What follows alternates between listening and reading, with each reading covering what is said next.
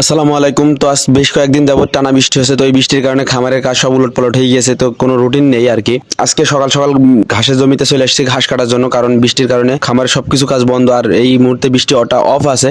এই জন্য মূলত আগে চিন্তা করলাম ঘাসটাকে কেটে নিই, তারপরে অন্য কাজ করা যাবে। তো যাই হোক, এখন মূলত আমাদের এলাকায় ঝিনেদা চুয়াডাঙ্গার এই এলাকায় এই যেসব মাঠগুলোতে শুধুমাত্র ধান হয়ে থাকে, ওই মাঠগুলোতে গরু চড়িয়ে খাওয়ানোর সুযোগ থাকে। প্রত্যেকবারের মতন এবারও আমাদের 10টা গরু আমরা মাঠে চড়িয়ে খাওয়াচ্ছি, আর বাকি এই 3টে ষাঁড় গরু আমাদের বাড়ি বাঁধা আছে। এই 3টা ষাঁড় গরু বাড়ি বাঁধা বেঁধে খাওয়ানোর বেশ কয়েকটা কারণ আছে। এর অন্যতম কারণ হলো এই গরুগুলা মাঠে যে অনেক ছুটাফাটা করে এবং ঘাস কম খায়, এই জন্য মূলত এই গরুগুলো মাঠে ছাড়া হয় না। তো যাই হোক, এই গরুগুলো মাঠে ছিঁড়ে খাওয়ানোর থেকে বাড়ি বেঁধে খাওয়ানোটাই সহজ, এই জন্য মূলত আমরা এই গরু 3টা বেঁধে খাওয়াচ্ছি, আর বাকি গরুগুলো আমরা মাঠে চড়িয়ে খাওয়ানোর সুযোগ পেয়েছি। ভিডিওতে দেখতে পেলেন যে আমাদের ঘাসের জমির পাশে বেশ কয়েকটা গরু চড়িয়ে খাওয়ানো হচ্ছে। তো এইভাবে আমরা মূলত আমাদের গরুগুলো চড়িয়ে খাওয়াই।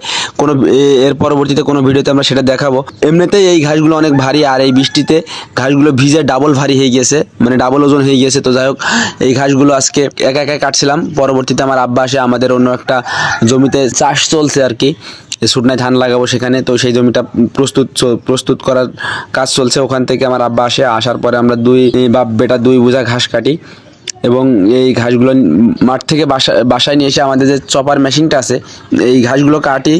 তো এর পরবর্তীতে আমরা গরুর শেডগুলো আছে, এইগুলো সকালে যেহেতু পরিষ্কার করা হয়নি, তো আমরা গরুর শেডের গোবরগুলো পরিষ্কার করে পরবর্তীতে গরুগুলোকে গোসল দিয়ে দিই।